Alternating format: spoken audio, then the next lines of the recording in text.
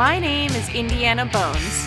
I'm an archaeologist, explorer, adventurer, cryptozoologist, street art expert, and friend to pigeons. Join the adventure as I explore mysterious places, forgotten history, and track down unknown creatures.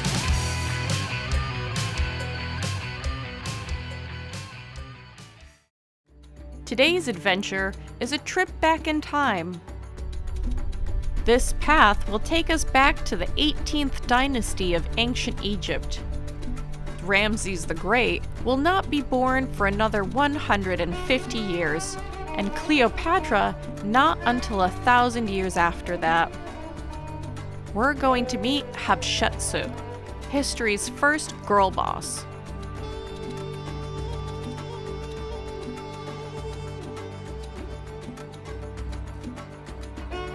We're on the west bank of the Nile, near the modern city of Luxor, and I want to tell you about one of Egypt's most important pharaohs.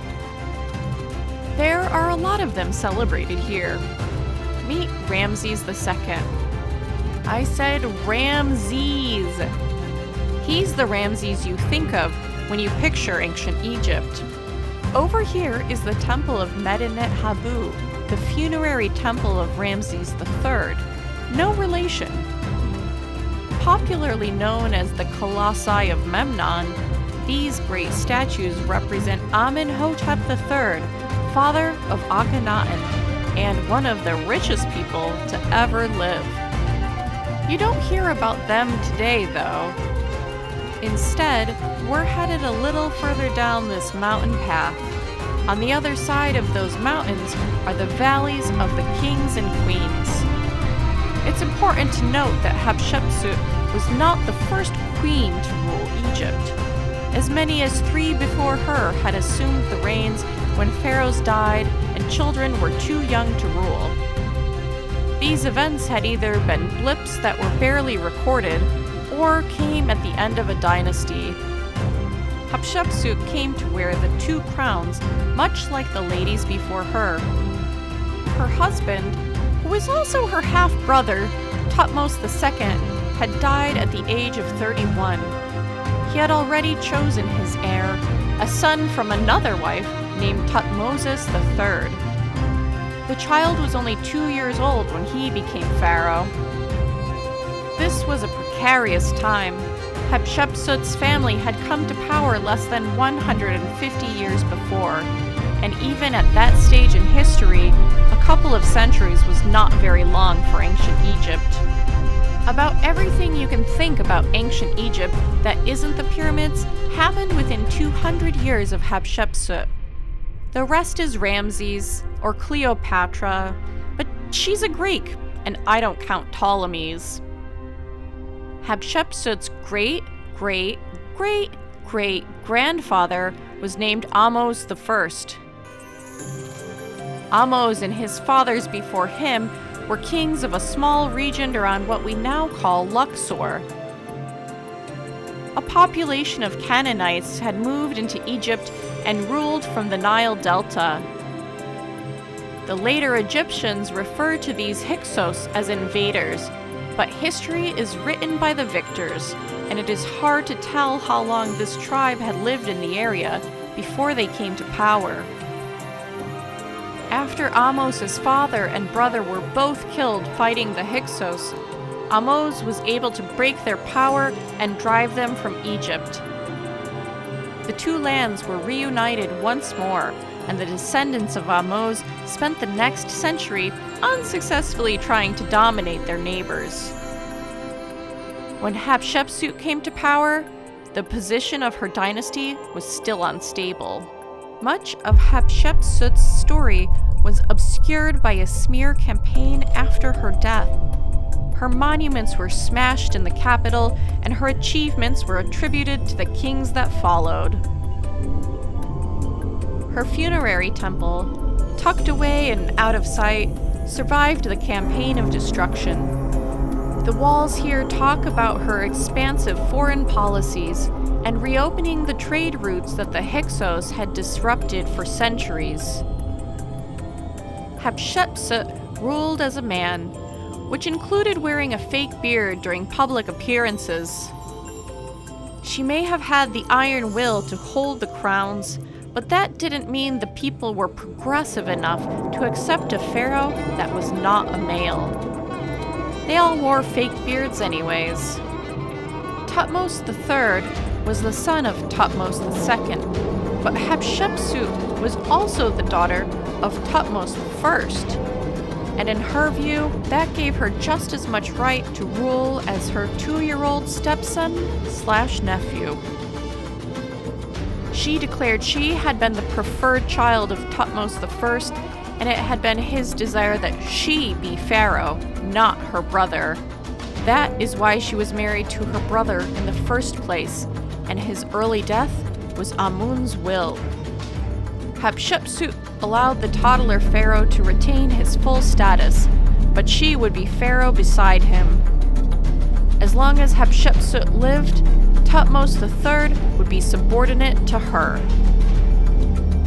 Spoiler: after Hatshepsut, Thutmose III became Egypt's greatest military commander and extended the borders of the empire further than it had ever been or would be after. He was the victorious commander of the first battle ever recorded in detail, and in our very brief modern age, we remember him as Egypt's Napoleon. Archaeologists believed for a long time that Tut III was responsible for a post-mortem smear campaign after he overthrew his wicked stepmother. This does not seem to be the case. The mummy of Hatshepsut was lost, but a canopic jar filled with one infected tooth was discovered by Howard Carter. The Howard Carter who also discovered the famous tomb of King Tutankhamun in 1922. In 1997, CT scans suggested that this tooth fit a hole in the jaw of a mummy that Zahi Hawass, the prominent Egyptologist, archaeologist, and former Minister of State for Antiquities Affairs, repeatedly described as the Fat Woman. While Mr. Hawass could certainly use some sensitivity training, Hatshepsut is regularly depicted as significantly less feminine than Akhenaten, Tutankhamun, or Ramses the Great. This mummy didn't die by violence, though. She died from cancer, potentially brought on by a toxic skin cream that Hatshepsut is known to have enjoyed. When Thutmose III grew up, he was Hatshepsut's master of war. When he assumed total control after her death, he displayed unmatched ambition as a brutal, warlike king. If he wanted to overthrow his stepmother, he was in command of the only army she had to defend herself against him. But that's not what appears to have happened. Her reign as Greater Pharaoh lasted 15 years, and the transition of power appeared to be peaceful. Today, everyone thinks it was Thutmose IV that broke up her monuments 50 years after she died, and not her stepson Thutmose III.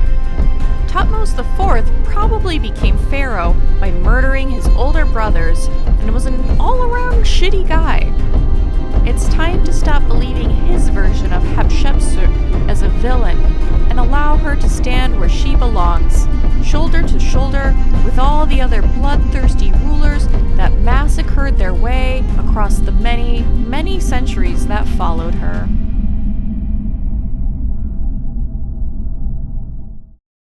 I'll be there to guide you into the great unknown. The great unknown. The great unknown. 'Cause I bear witness. I won't let you go unseen. When everyone looks away, unsure of what to do or say, I see you.